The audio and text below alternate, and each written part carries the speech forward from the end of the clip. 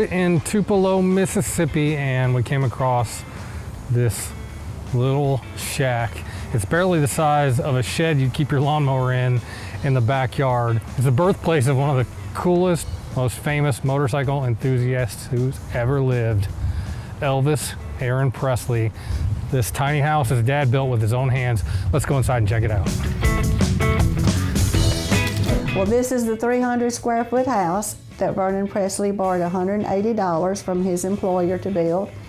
Vernon and his brother Vester and Daddy Jesse built the house in 1934.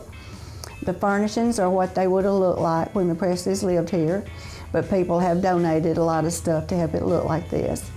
This fireplace is original to the house, also the wood-burning stove in the kitchen.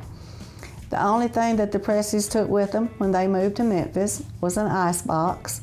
Before Vernon died, he brought it back. It'll be in the kitchen. Vernon also told us exactly how to arrange the furniture in here, just like the Presleys had it. Elvis was born in this room, also baby Jesse that was stillborn. When Elvis was about 3 years old, Vernon was convicted of check forgery, sentenced to 3 years in prison. Gladys and Elvis moved in with relatives because she couldn't make the payments on the house. She went around trying to get petitions signed to help get Vernon out early. The governor pardoned him after 9 months instead of 3 years. When Vernon got home, they saved enough money to pay down on the house over on Berry Street. After a year, Vernon sold the house to Aaron Kennedy, and that's where Elvis Aaron had got his middle name. They knew Mr. Kennedy all along. They lived in Tupelo till Elvis was about 14. Then they moved to Memphis. But Elvis was in this house till he was 3. The house has always been right here. Anything wood, the doors, floors, windows are still what Vernon and them built.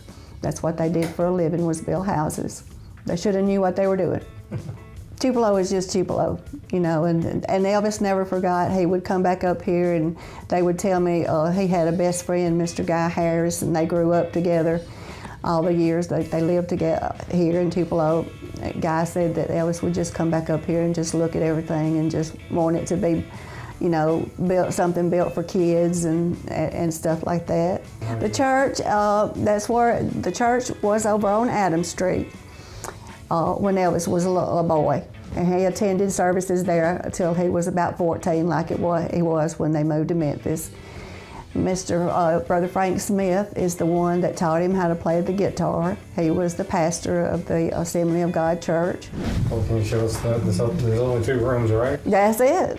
That fireplace, the stove and the bricks, and then that's the ice box. That was the Presleys over there. And everything in here Vernon approved. He even set a plate and a little chair there in memory of Jesse.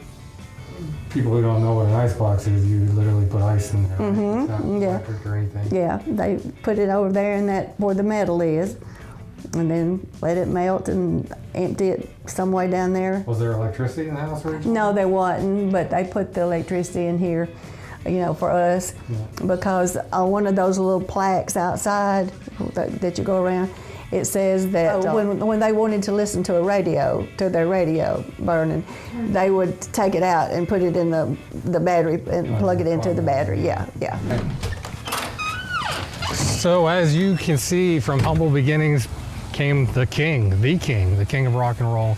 Amazing little place, really. You could just walk through it in about 4 seconds, but the stories are so interesting. You could spend an actual hour in there and even more time walking around the grounds and seeing the story of one of my favorite bikers ever, the king of rock and roll, Elvis Presley. And you can find more on the website for Tupelo, Mississippi's Elvis's birthplace, and we'll put the link right there on the screen.